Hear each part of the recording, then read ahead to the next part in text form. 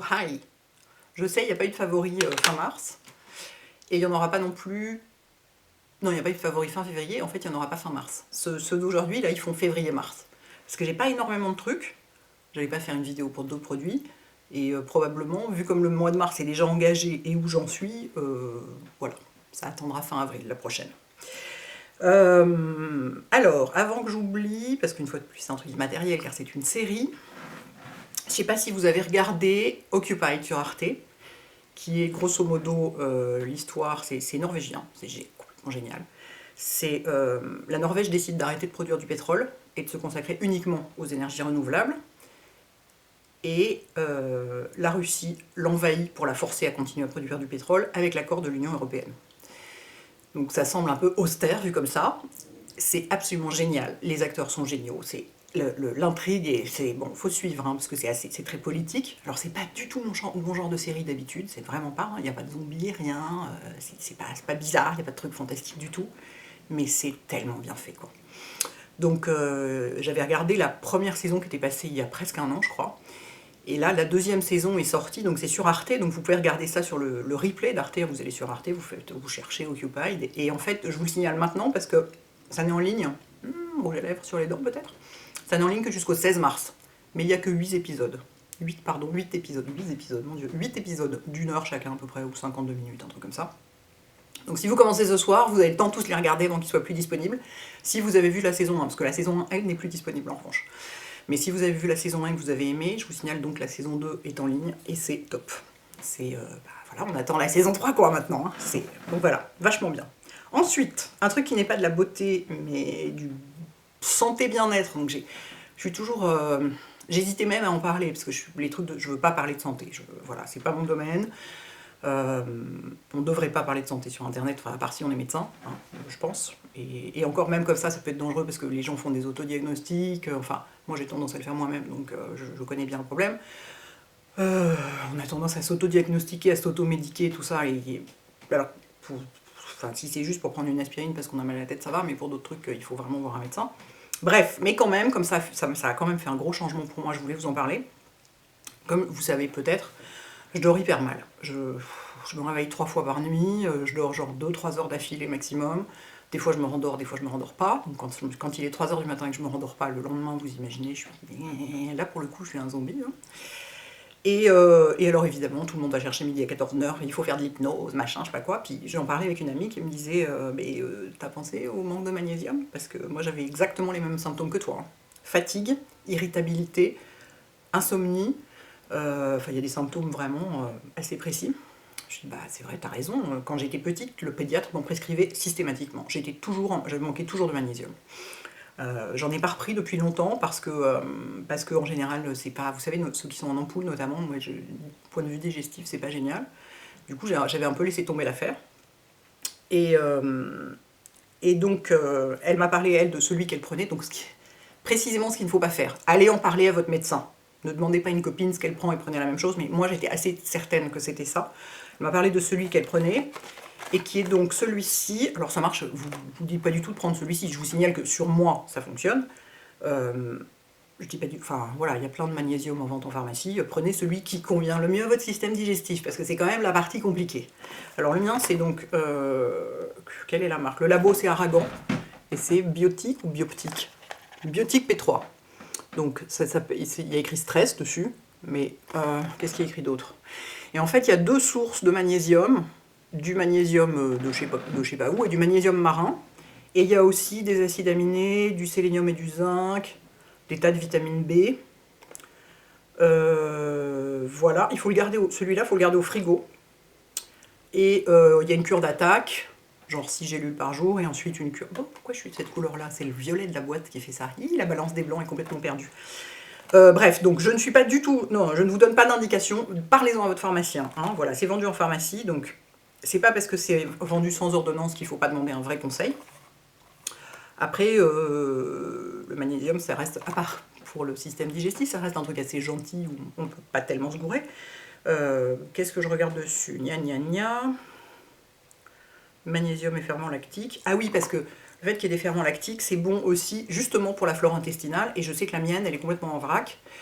et que du coup il y a certains trucs dont on a besoin dans le cerveau que je ne produis pas, enfin bon, notamment la sérotonine, vous savez, l'hormone de la bonne humeur. Bah, mon intestin n'en produit pas parce il est déficient, enfin il est genre, la flore intestinale est un peu niquée.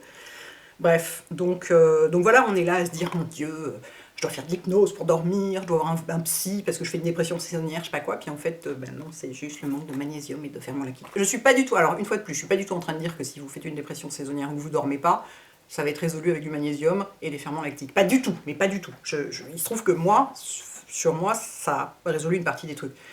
Mais vraiment, j'insiste énormément, je ne suis pas médecin, je ne suis pas pharmacien, je ne suis rien du tout du domaine de la santé, je ne suis même pas une professionnelle de la peau, c'est pour ça que je ne vous donne pas de conseils personnalisés pour la peau, donc encore moins pour la santé.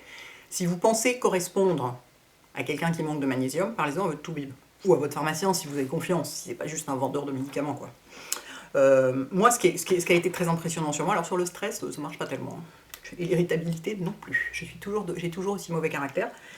En revanche, ce qui est impressionnant, ça fait 1 mois que j'en prends, donc j'ai fait 10 jours de cure d'attaque et ensuite maintenant je suis à une dose un peu plus faible par jour, c'est que je dors à 6 heures d'affilée au lieu de 2. Alors ça, mais moi j'y croyais pas, hein. Tellement on a parlé, j'étais là, ouais, le magnésium, on dit, ah, c'est un truc qu'on donne aux bébés, tout ça, machin. Bah ouais, maintenant alors c'est pas toutes les nuits, mais la majorité, je dirais 5 nuits sur 7, je dors entre 5 et 6 heures d'affilée, puis je me réveille et je me rendors.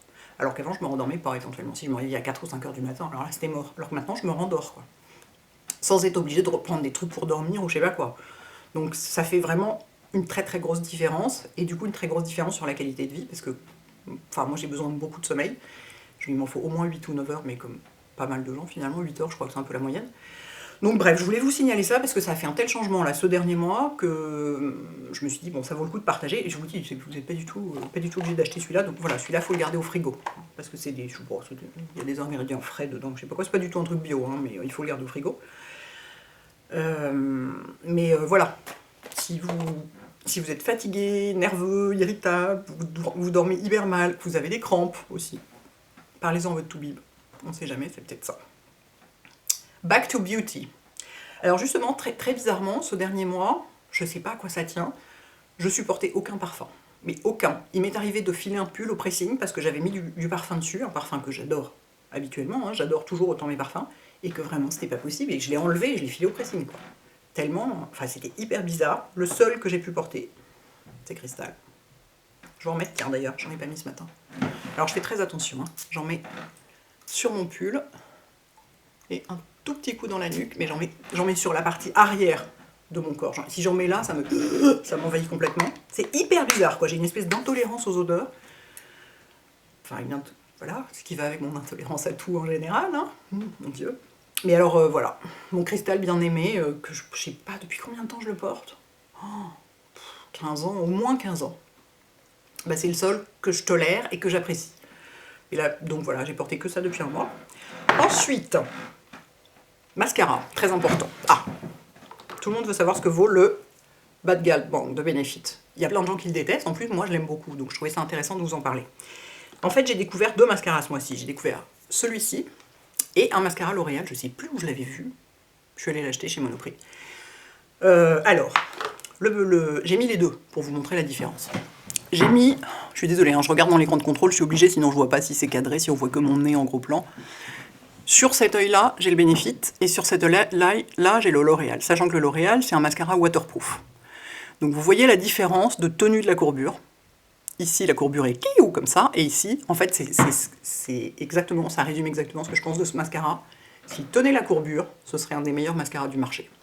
Malheureusement, il ne tient pas la courbure. Alors, si vous vous en foutez qu'il tienne la courbure, vous avez les cils naturellement très courbés, il est vraiment génial. Et notamment la brosse. J'adore la brosse. La brosse était exceptionnelle. Regardez, elle est minuscule. Focus. Thank you. Elle est absolument minuscule. C'est impossible de se mettre la brosse dans l'œil. Elle est vraiment... Et en plus, elle est un peu flexible. Attendez, je vais vous montrer. Je vous l'avais déjà montré dans ma dernière vidéo favorite qui remonte il y a 3 mois, donc.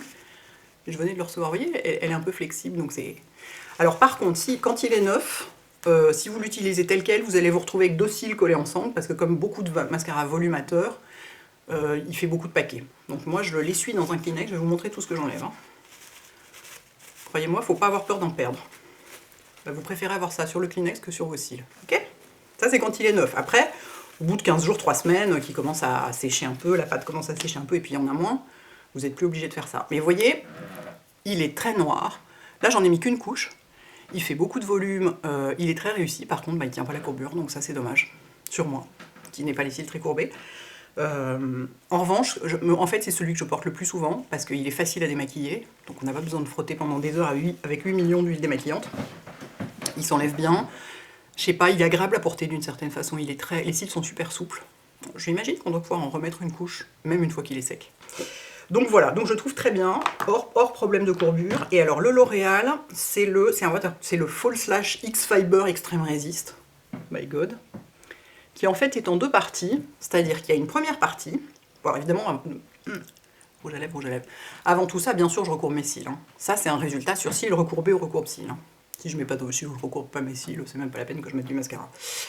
Donc il est en 2 fois. Donc il y a une première partie qui est en fait... Alors c'est bizarre parce que ça sort comme ça, on s'attend à ce que ça sorte comme ça, bref. Ça c'est une brosse avec du mascara waterproof dessus. Donc en fait ça fixe la courbure. Et ensuite, vous avez la deuxième partie où il y a des fibres, me semble-t-il, si j'ai tout compris. Et qui donne donc plus de... Attends, j'essaye de le poser sans le foutre par terre. Voilà, la deuxième brosse est comme ça. Et ça c'est un mascara qui n'est pas waterproof, mais qui est avec des fibres. Et qui donne donc plus, qui allonge et voilà, qui finit le boulot quoi. Et le fait en fait d'avoir fixé avec un premier mascara waterproof, bah, ça fait que la courbure tient. Et je sais qu'il y a pas mal de filles qui le font naturellement, d'utiliser 2 mascaras. En premier, un mascara waterproof pour fixer la courbure et par-dessus travailler avec un autre plus volumateur ou je sais pas quoi. Et là, vous avez les 2 en un, je sais plus combien il coûte, mais genre 12,90 €, un truc comme ça, c'est parlumineux. J'ai trouvé qu'il était très réussi. Alors il donne pas un volume dingue. Je vous remontre de près en me mettant vraiment hyper près. Il donne pas un volume dingue. C'est flou, putain. Il donne pas un volume dingo. Je m'en suis foutu sur la paupière, comme vous pouvez le constater. Pourtant, j'ai nettoyé parce que les brosses c'est des brosses où on s'en met sur la paupière. En revanche, le bénéfice, mais vraiment, vous en mettez pas sur la paupière. Mais voyez la différence de courbure, quoi. Voilà, ça dépend du type de cils qu'on a, mais c'est les 2 mascaras que j'ai découverts ce mois-ci et que j'ai portés quasi non-stop et que j'ai trouvé vraiment très réussi. There you go. Ensuite, vernis à ongles. Je peux enfin vous montrer mes mains. Ça cicatrise mon histoire de trucs anti-taches. Oui, je vous ferai une vidéo ou un article dessus pour vous raconter. Vous voyez, j'en suis à la cicatrisation là. J'ai encore une semaine, ça fait 3 semaines que je l'ai fait. Il faut un renouvellement cellulaire complet, donc je vous raconterai ça. Enfin, en attendant, regardez là, ici, j'avais une tache, comme ce qu'on voit ici. Celle-ci, je l'ai laissée comme témoin. Bah, ici, il n'y a plus qu'un truc rose, quoi. La tache, enfin, les mélanocytes sont partis, quoi. Bref, c'est pas le sujet, je vous en reparlerai. Mais du coup, vernis à ongles, j'ai porté essentiellement, pas essentiellement, même pratiquement que, des vernis Uka, qui sont une marque, je crois, bio, je suis sûre japonaise, qui sont des vernis super naturels. Donc là, essayons d'expliquer ça dans le bon sens. D'abord, il y a un sérum. Alors, pas de bol, c'est vendu juste au bon marché et pas en ligne. Donc ça va si vous êtes parisienne, et sinon, bah voilà, c'est comme ça. Désolée, mais il fallait que je vous en parle, j'ai porté que ça, et j'adore, et je trouve ça hyper joli et pratique.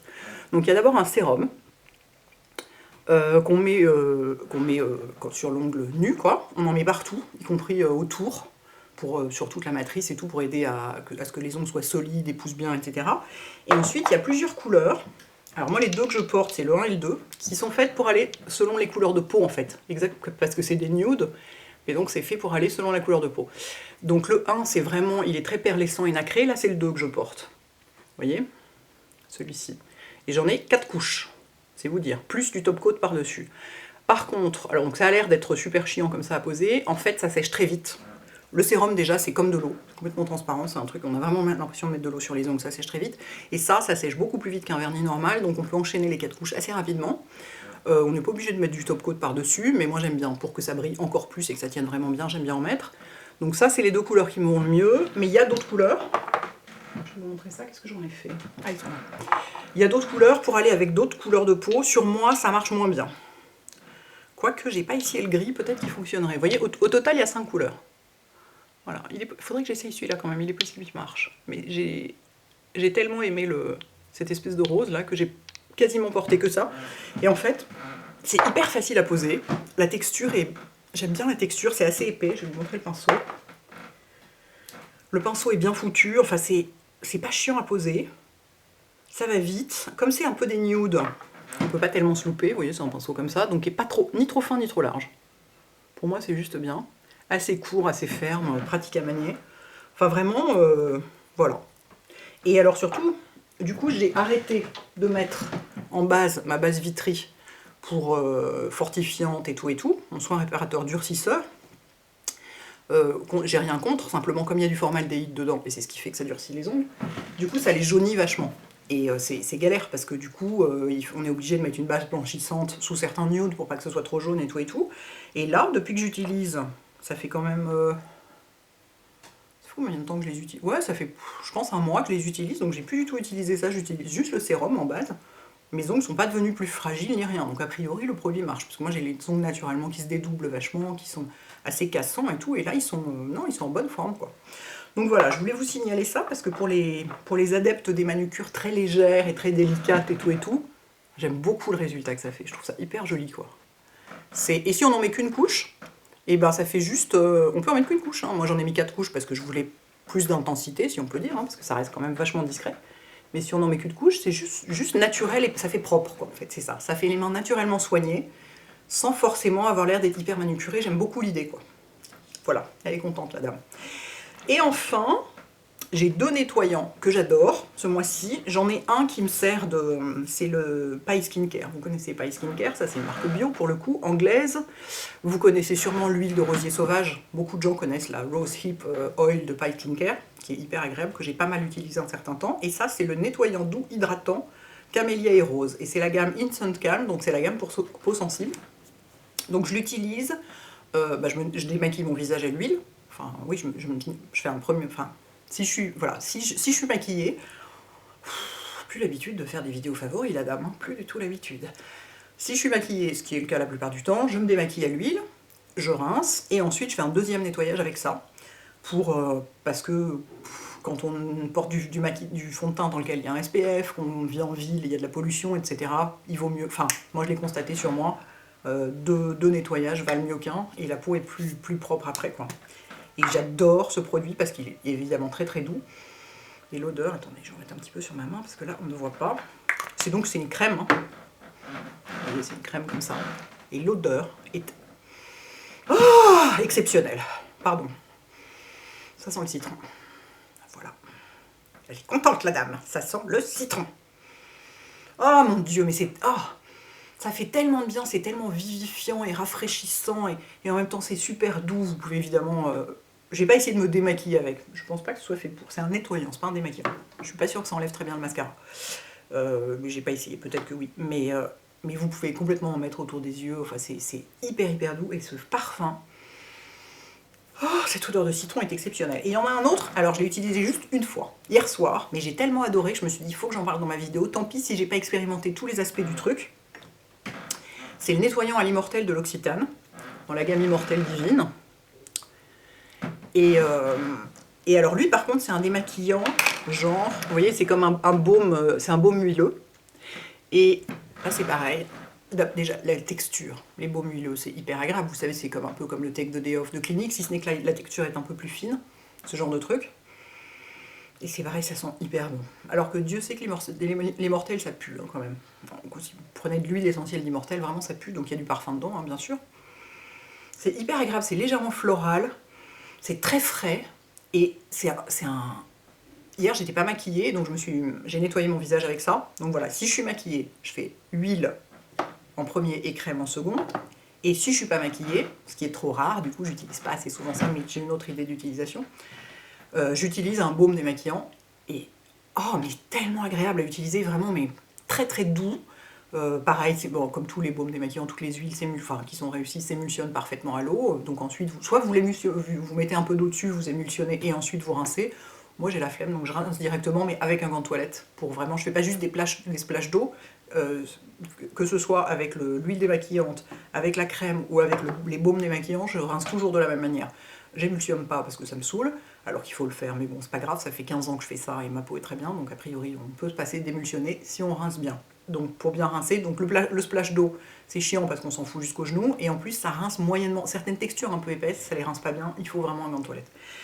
Alors donc, je l'ai pas complètement, j'ai pas essayé toutes les fonctionnalités du truc parce que je l'ai pas essayé sur visage maquillé et notamment sur du mascara. Donc je ne sais pas ce que ça donne dessus. Donc nous sommes samedi, je filme cette vidéo pour dimanche. Ce soir, je vais enlever mon maquillage avec, je vais l'utiliser, pardon. Je vais l'utiliser comme un démaquillant. Il y a écrit dessus baume démaquillant. Enfin, c'est pas parce que c'est écrit dessus que ça veut dire que ça va marcher. Sur le teint, bien sûr que ça va marcher. Sur les cils, parfois, les baumes démaquillants soit sont pas géniaux pour les cils, marchent pas très bien, notamment sur du mascara waterproof, donc ça va être intéressant sur cet œil-là, soit piquent les yeux. Il y en a pas mal, moi, celui vraiment que je préfère pour démaquiller, c'est le Take the Day Off de Clinique, parce que le LMIS, par exemple, le baume huileux d'Elemis que j'adore, qui a une odeur de plante complètement dingue, pour moi, sur les cils, ça marche pas. Ça pique un peu, ça démaquille pas bien, l'huile est souvent plus efficace. Donc ce soir, je vais voir ce qu'il donne partout, y compris sur les cils, et comme ça je pourrais vous mettre en commentaire dans la vidéo quand elle sera en ligne ce que ça donne, mais en tout cas comme second nettoyant ou comme nettoyant sol, mais il est hyper agréable quoi. Oh, j'adore. Voilà, évidemment pas très pratique à transporter, hein. C'est un énorme pot en verre, voilà, c'est la gamme Immortelle de l'Occitane, c'est la gamme premium pour les vieilles, tout ça, qui ont besoin de super produits, donc, enfin je dis pour les vieilles. Si vous n'êtes pas vieille, vous pouvez l'utiliser quand même, ça vous rendra pas vieille. Bref, je vais arrêter de blablater parce que j'ai l'impression de m'éparpiller absolument dans tous les sens. J'ai maquillé mes yeux avec la palette In the Nude de Marlena, de Make Up Geek. Voilà. J'ai mis ce truc là, regardez-moi ça, c'est complètement dingue, sur la paupière mobile. Ouh. Oh, la pigmentation de ces fards. Comme je dis toujours, hein, le meilleur rapport qualité-prix du marché, c'est ça, pour les fards à paupières. Et j'ai fait le coin externe avec celui-ci. Voilà, qui est un mat. La chaise grince-t-elle? Non, je suis désolée. Même moi, ça m'énerve. Voilà, j'ai utilisé ces deux couleurs-là, et puis j'en ai mis un petit peu en ras de cils, comme ça. Vous avez vu la pigmentation? Je sais, c'est dingue. Et en plus, ça fait pas de chute. Et ça tient bien. Ben oui, je vous dis, meilleur rapport qualité-prix du marché. Et sur les lèvres, j'ai un rouge à lèvres Clinique et Marimekko, qui est un designer suédois, je crois. Où est-ce que j'ai fait de mon rouge à lèvres? Moi, je l'ai perdu. Ah, bah non, il est là, pardon. Designer suédois ou danois, je ne sais plus, ou finlandais. Marimekko, ça sonne assez finlandais. Bon, bref, faudrait que je revérifie. Qui s'appelle, c'est Nude Pop, mais c'est Nude Pop, mais en version pas du tout mat. C'est presque du baume à lèvres. Hyper joli. Attendez, je vais vous le swatcher parce que là vous ne voyez rien évidemment. Voilà, le genre de couleur que j'aime quoi. Un nude. Forcément. Un nude qui brille un peu. Vous voyez, c'est pas mat. Ça nous change. Et ben voilà, j'ai fait le tour de façon absolument mais plus désordonnée que jamais. Mais écoutez, j'espère que vous arriverez à y retrouver vos veaux. Bah si, on dit toujours une vache n'y retrouverait pas son veau. Bah, j'espère que vous arriverez à retrouver vos veaux. D'accord, je vais me recoucher ou me faire un quadruple café. Hein, à bientôt les filles et les garçons. Ciao.